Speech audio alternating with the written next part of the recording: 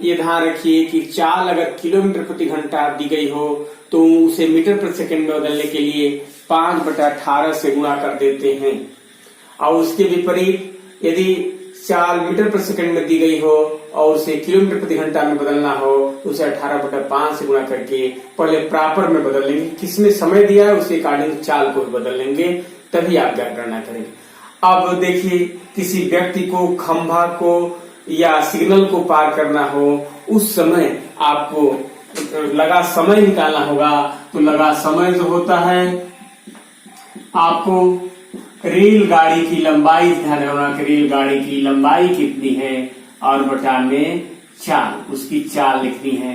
रेलगाड़ी की लंबाई अक्सर मीटर में होगी तो चाल को भी मीटर प्रति सेकंड में बदल करके गणना करिएगा। जैसे मान लीजिए किसी रेलगाड़ी की लंबाई 200 मीटर है और एक व्यक्ति जो प्लेटफार्म खड़ा हुआ है उसको वह 54 किलोमीटर प्रति घंटा की चाल से पार कर रही है, तो उसे कितना समय में पार करेगी?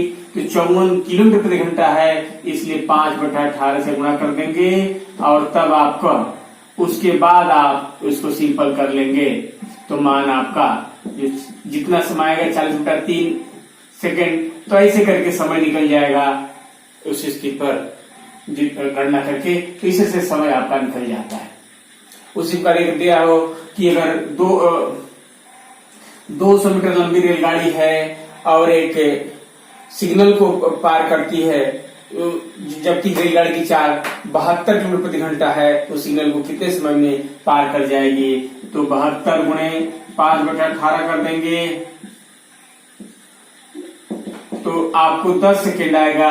तो ऐसे करके अगर रेलगाड़ी किसी खंभे को पार करने में या किसी व्यक्ति को पार करने में या आपका तो व्यक्ति को पार करना हो, खंभा को पार करना हो, सिग्नल को पार करना हो, तो उसके समय में रेलगाड़ी की पार करने का समय पूछ रहा होगा, तो ऐसे करके हम निकाल लेंगे। लेकिन यदि उस व्यक्ति को पार करना हो जो व्यक्ति गतिशील है, वो व्यक्ति भी चल रहा है, तो उस समय ध्यान रखना होता है कि व्यक्ति रेलगाड़ी के दिशा में चल रहा है कि उसके विपरीत दिशा में चल रहा है। यानी ऐसे सवाल हो कि एक रेलगाड़ी आपका जा रही है और उसी दिशा में व्यक्ति भी आपको गति कर रहा है, तब तो रेलगाड़ी की दिशा में होगा।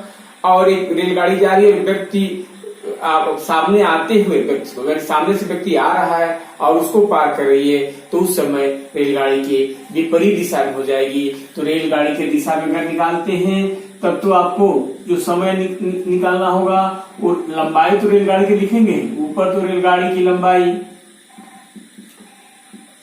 इसमें अंतर नहीं है। हाँ, अगर नीचे सापेक्ष चाल होता है, सापेक्ष चाल में चालों का अंतर भी हो सकता है और चालों का योग भी हो सकता है। तो अगर सापेक्ष चाल होगा तो एक ही दिशा में अगर चलेंगे, एक ही दिशा के लिए होगा, तो सापेक्ष चाल क्या होता है आपका? बराबर चालों का अंतर होता है, इस चीज को ध्यान रखना है। और अगर विपरीत का होगा तो चालों का योग हो जाएगा। यही तक ध्यान रखेंगे तो आपको गलती नहीं होगी कि अगर अभी रेलगाड़ी के सामने से आ रहा है और तो इसके मतलब कि वो विपरीत दिशा से हो गई, तो उस स्थिति में जैसे ये है कि एक 200 मीटर लंबी रेलगाड़ी है और एक व्यक्ति जो रेलगाड़ी के दिशा में ही आपको 4 किलोमीटर प्रति घंटा की चाल से जा रहा है। यदि रेलगाड़ी की चाल 40 किलोमीटर प्रति घंटा हो तो वह व्यक्ति को कितने समय में पार कर ले जाएगी? तो रेलगाड़ी की लंबाई तो 200 रखना ही पड़ेगा। अब रेलगाड़ी की चाल 40 था, उसकी चाल 4 था, वो घटा देंगे जो किलोमीटर प्रति घंटा में होगी, तो 5/18 से गुणा करना होगा। इसके मतलब कि 236 हो जाएगा तो 10 हो जाएगा, यानी 20 सेकेंड में पार कर जाएगी। उसी प्रकार अगर ऐसा दे दिया जाए कि एक रेलगाड़ी है और जो 50 किलोमीटर प्रति घंटा की चाल से गतिशील है और सामने से 4 किलोमीटर प्रति घंटा की चाल से आते हुए व्यक्ति को वो कितने समय में पार कर जाएगी? जबकि रेलगाड़ी की लंबाई 150 मीटर है, तो रेलगाड़ी की लंबाई 150 मीटर, उसको रख देंगे। अब वो विपरीत दिशा हो जाएगी, वो सामने से आ रहा है व्यक्ति, यानी विपरीत दिशा में की बात आ जाएगी। तो उस स्थिति में चालों को जोड़ देंगे, 50 + 4 54 होगा और 5/18 तो रखना ही है। इस प्रकार 150 54 में 5/18 54 हो जाएगा, यानी 10 सेकंड में इस से पार कर जाएगी। तो ऐसे करके आपने देखा कि विपरीत दिशा से बात आती है तो चालों को जोड़ देते हैं। अब दूसरी बात है कि एक रेलगाड़ी दूसरी रेलगाड़ी को कैसे पार करेगी। तो रेलगाड़ी को पार करने के हो तो नीचे का फार्मूला तो वही रह जाएगा, सापेक्ष चाल लेंगे, लेकिन ऊपर चूंकि दोनों रेलगाड़ियों की लंबाइयों का योग देना होगा। अगर रेलगाड़ी को पार कर रही है तो इसके मतलब कि उस स्थिति में दोनों रेलगाड़ी की लंबाइयों का योग और नीचे आपका चालों का अंतर कर देंगे। अगर एक ही दिशा की बात आएगी तो एक ही दिशा में जा रही होगी तो, और अगर चालों का योग कर देंगे आपका कब, जब वो विपरीत दिशा से आ रहे जाएंगे, चालों का योग कर देंगे, यानी विपरीत दिशा से आ रही है तो चालों का योग हो जाएगा, और एक ही दिशा से आएगी तो चालों का अंतर हो जाता है, और उसके बेस पर आप क्या कर देते हैं, समय की गणना कर लेते हैं। तो ये तरह एक चीज और भी होता है, जैसे मान लीजिए कोई रेलगाड़ी में कोई व्यक्ति बैठा है और दोनों रेलगाड़ी की लंबाई दे देगा वास्तव में, और दोनों रेलगाड़ी की चाल दे देगा। उस स्थिति में आपको ये भी देखना है, तो दोनों रेलगाड़ी की लंबाई दिया तो रहेगा, लेकिन हमें जब कोई व्यक्ति किसी आपको रेलगाड़ी को कितने समय पार कर ले जाएगा, अगर ऐसी बात है और रेलगाड़ी दोनों गतिशील है, तो उस समय जिस रेलगाड़ी में व्यक्ति बैठा रहेगा उसको नहीं लेना है, यानी दूसरी रेलगाड़ी की लंबाई लेनी है, दूसरी रेलगाड़ी की लंबाई लेनी है,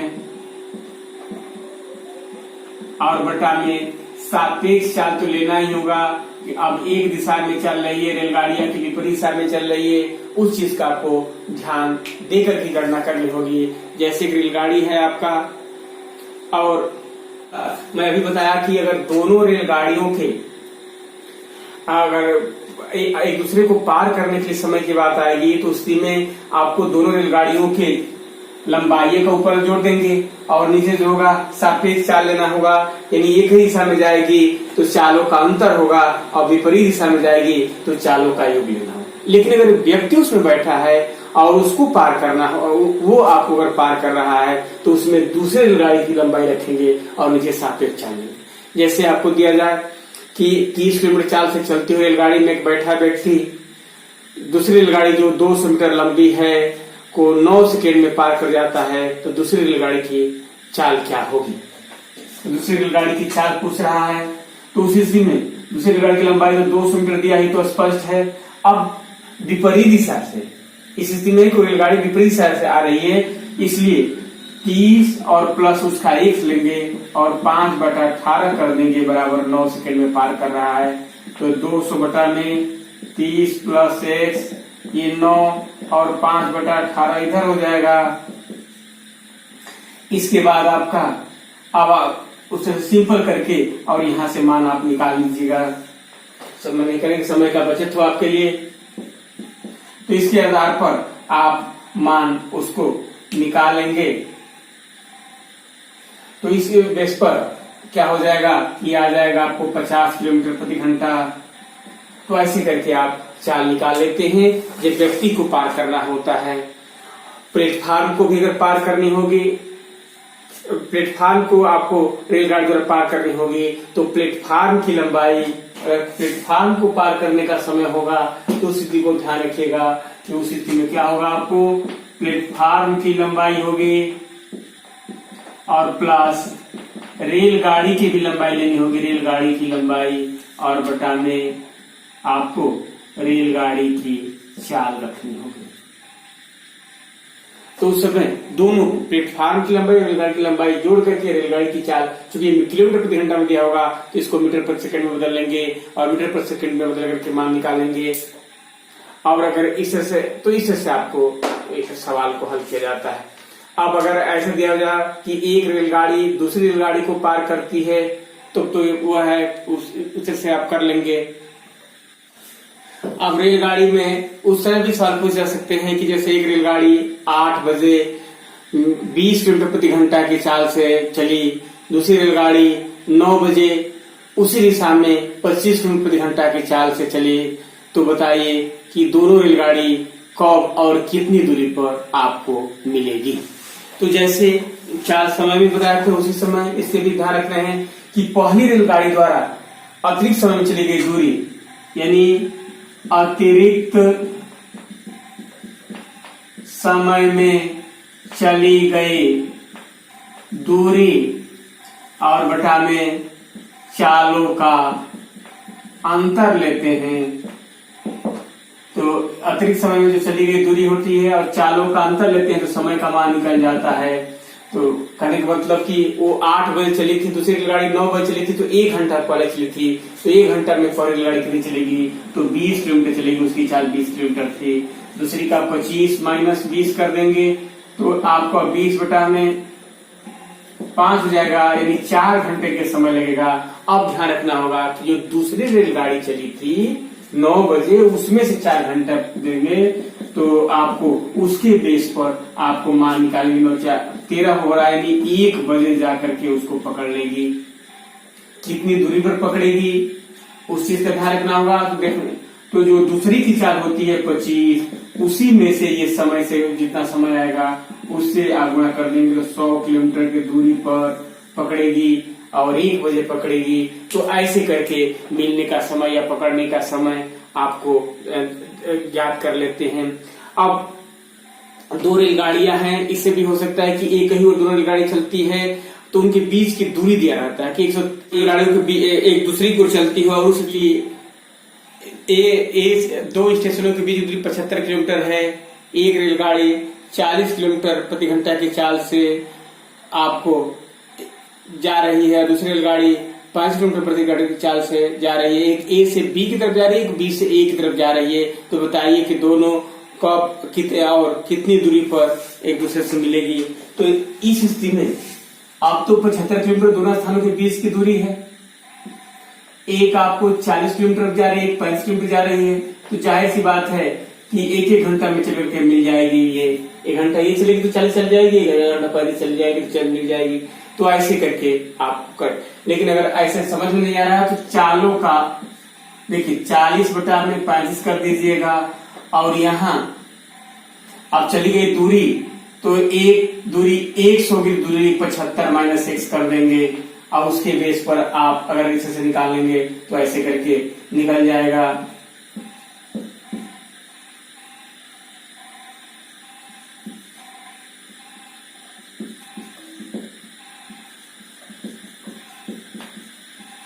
तो ऐसे करके आपका मान इस बेस पर भी आपको निकाल सकते हैं।